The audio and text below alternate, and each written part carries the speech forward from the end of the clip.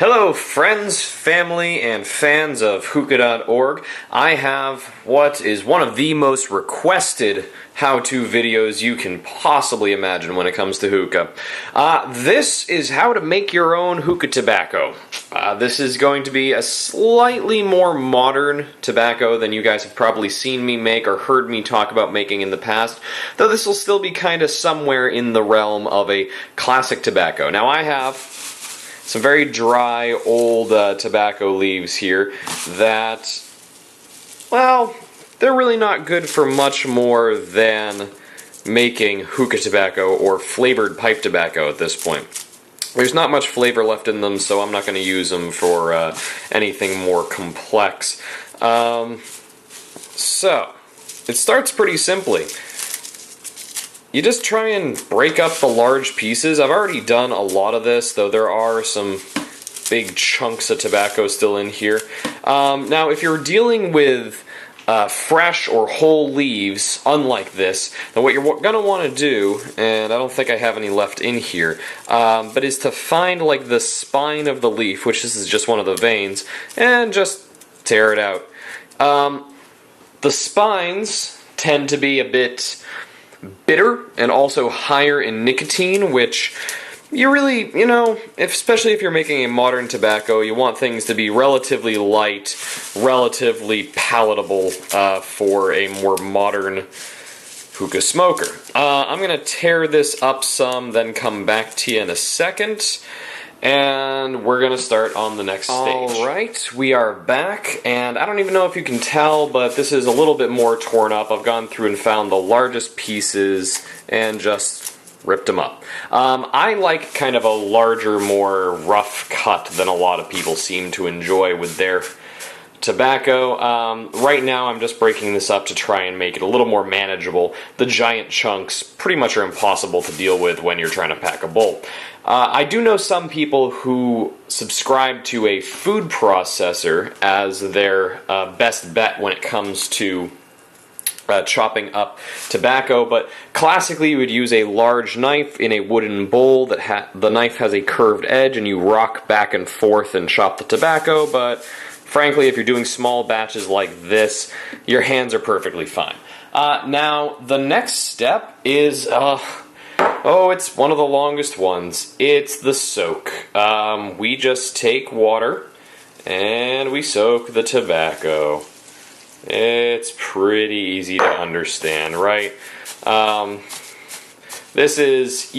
personally use cool water. I know that some people like to actually boil their tobacco to really take out all of the natural tobacco flavors, but that's not what I go for. I actually like the flavor of tobacco leaves. But you just want to use enough water that you can mash everything down underneath the level. I'm actually going to be adding more here as well.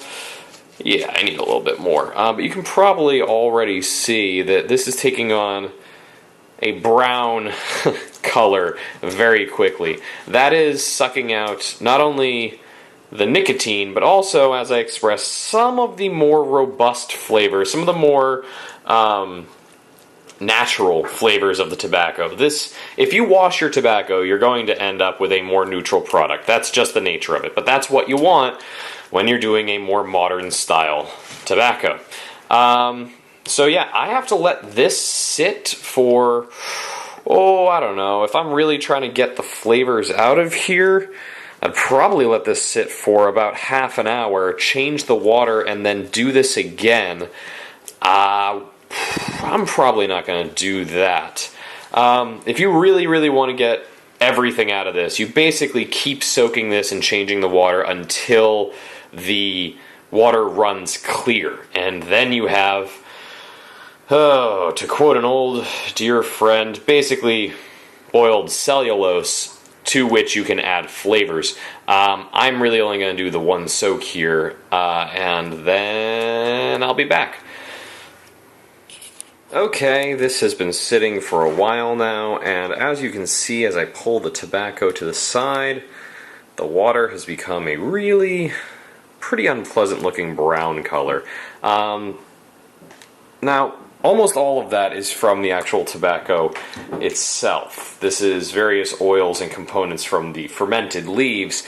But understand, even with quote-unquote unwashed tobacco, if you haven't harvested the tobacco leaves yourselves, I suggest giving it a quick wash, unless it is already primed and prepared for smoking. Because understand that there are going to be, almost assuredly, unless you're dealing with a completely organic product, pesticides on the tobacco leaves. And even if you are dealing with an organic product, you've still got,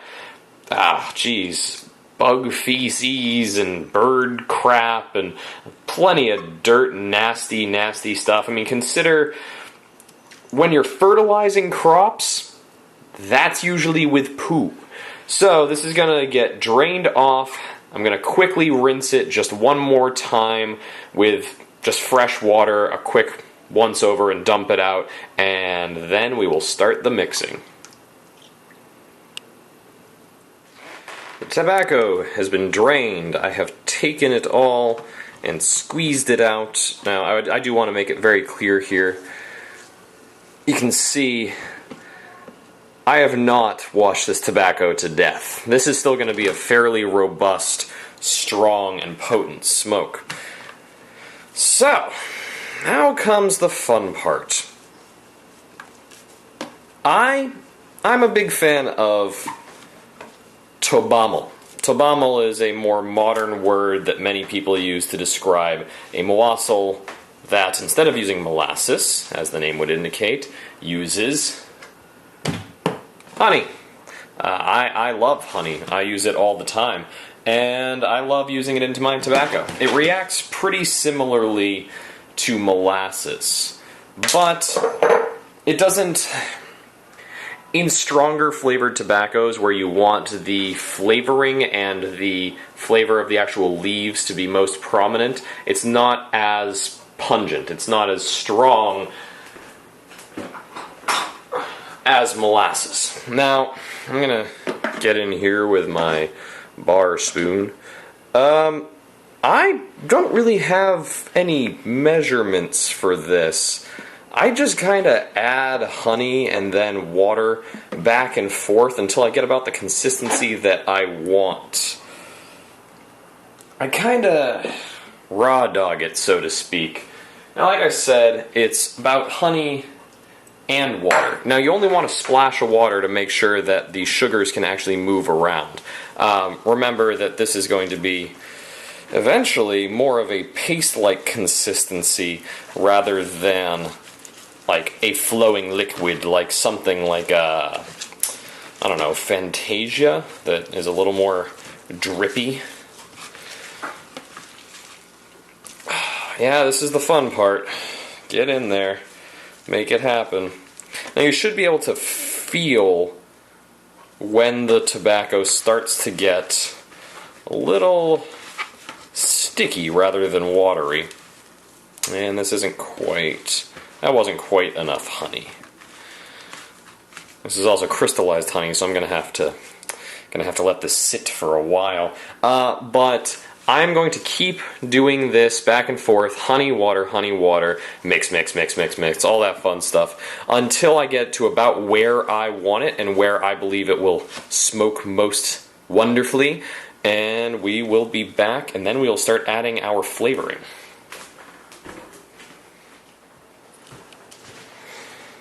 Now we have something you might recognize a little bit more. Do you see? This is starting to look like molasses. Now I did end up using almost entirely honey, and then I added, because I do like the molasses flavor, just a little bit of dark molasses. That's not as an agglutinant though, that's as a flavoring. Now, here comes the next long part. It's our old friend foil. We all know foil. We use it pretty regularly unless you're a screen user.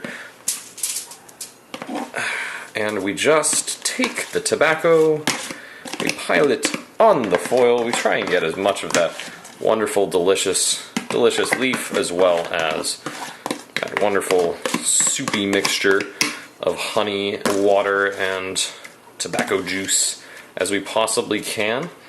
But you guys are probably already bored by this video, so I'm going to speed this process up a little bit and get the rest of it later. Now, this needs to be packaged up.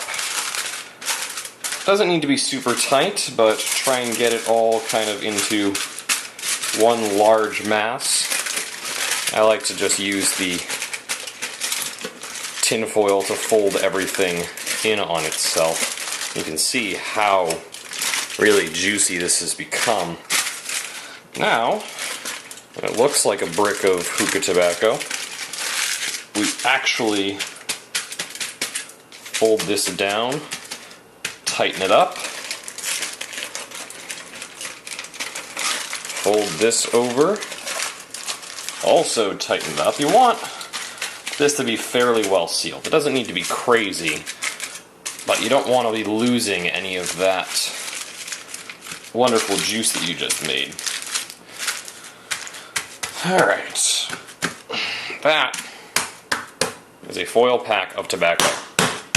Solid brick. Don't smack it around too much like I am, otherwise it might burst the sides.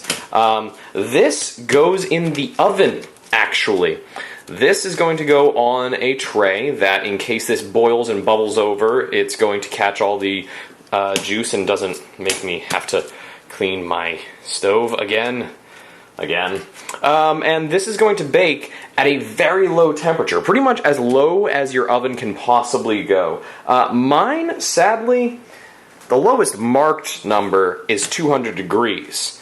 The warm setting is about 150 to 180, and that's really where you want it. No higher than that. I'm actually going to be putting it on the warm setting and intermittently opening and closing the door to try and adjust the heat. Now, traditionally this would be done with wood fires and clay urns and all this other stuff, but I don't have that, nor do I have the time, and I doubt you have the space or ability similar to me. So that's the next step. And here's what we have. As you can see, the tray was totally worth it because this tobacco has leaked substantially. Now this is still quite warm actually, but I want to show you guys what's going on in here. Ooh, that's hot. Alright, so the honey molasses mixture has completely liquefied at this point and is really starting to soak into this tobacco. Everything is very loose, very liquidy, and really, I'm going to wrap this back up. Well, I'm actually going to put that liquid back in there, but I'm going to wrap this back up and let it sit while warm. It's been in the oven for probably about an hour and a half at this point, and can go for a bit longer. I want to let it cool down so that those sugars can kind of recrystallize a little and become more of what we expect from something like a tabamol or a mawasal. After sitting and cooling off and allowing the juice from the foil to drip back into the tobacco, you can now see that this is a bit more recognizable. It's a bit more like a mawasal or a tabamol. And now it is time for the flavoring. Now I'm going to be doing kind of a coffee, like maybe a sweet coffee latte kind of flavor. This smells beautiful already. I'm kind of getting hungry smelling it because it's got some nice earthy tobacco notes. Now this would also be the point where if you were going to add glycerin, you would want to. I don't add glycerin to mine because I prefer a much more classic style tobacco, but this is where, for something like this, which is, I don't know, 250, 300 grams of final finished product, I would add maybe 2 teaspoons of glycerin. Otherwise, it's going to get overloaded way too easily. Now, I like using these droppers because you can get your ratios repeatable, but this is kind of an experimental batch, so I'm going to show you more or less what I would do with this. Now understand, vanilla is surprisingly, a pretty light flavor. So I'm going to add a heaping helping. I'm going to grab some water here so that I can rinse out my dropper because I don't want to contaminate my flavors. I actually have a bunch of these droppers, but they're out of frame, so I'm not going to grab another one. You can get these on Amazon for super cheap. I got a pack of like 100 of them for some of my flavoring endeavors, and I think maybe it cost me like $12. Let's see. This is pure coffee extract. This is the real deal.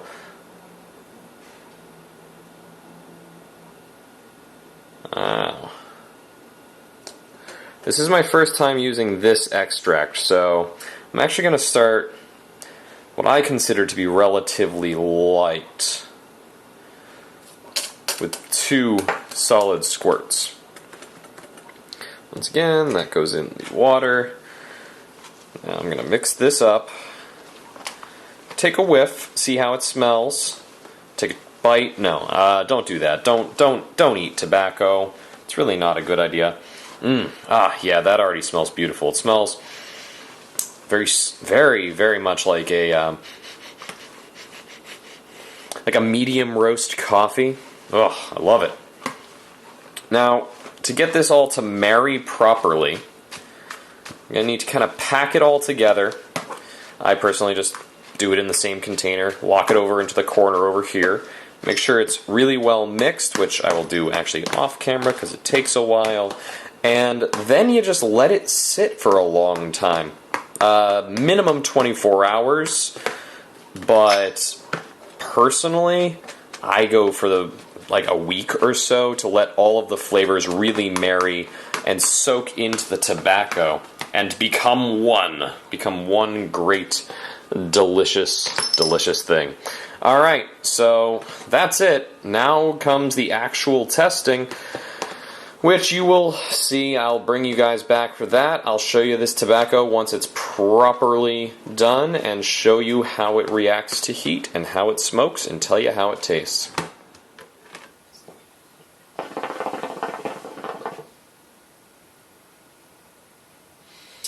And there you go. That is the smoke from the homemade moasal, or I guess tobacco, shisha tobacco, hookah tobacco, nargile tobacco, whatever you want to call it.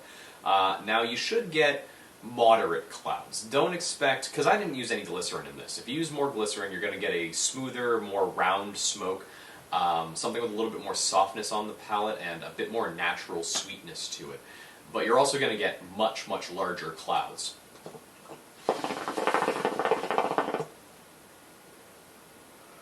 I'm still getting what I consider to be pretty good smoke. I've been smoking this for a while now, so the clouds are dying a little bit. But this is still more or less what you should expect. The flavor is great. I actually ended up adding a little bit more of that coffee extract after I turned off the camera.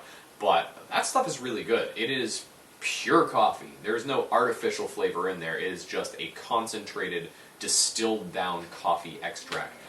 Now, as you're aware, if you've read my guides in the past for creating your own hookah tobacco, Lorraine flavorings for baking are absolutely wonderful for this purpose, and they come in so many flavors it's kind of ridiculous. But seriously, try this out. Getting some raw tobacco can sometimes be a little difficult, but I would suggest getting like a light Virginia pipe tobacco if you are looking for to make a very modern style moasal.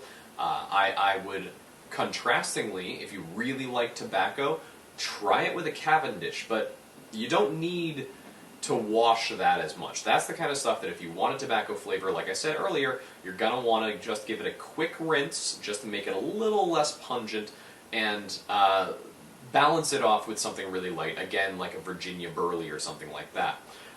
So that's it. This is Paul for hookah.org with another video how-to for you, this one for making your own hookah tobacco. So please go forth and try it and let me know what you think and if you have any suggestions. You can go down below and comment and let me know what your suggestions are or what your criticisms are. And please go to the forums, start some threads, start discussions, because we've already got plenty going on, but we can always use a few more.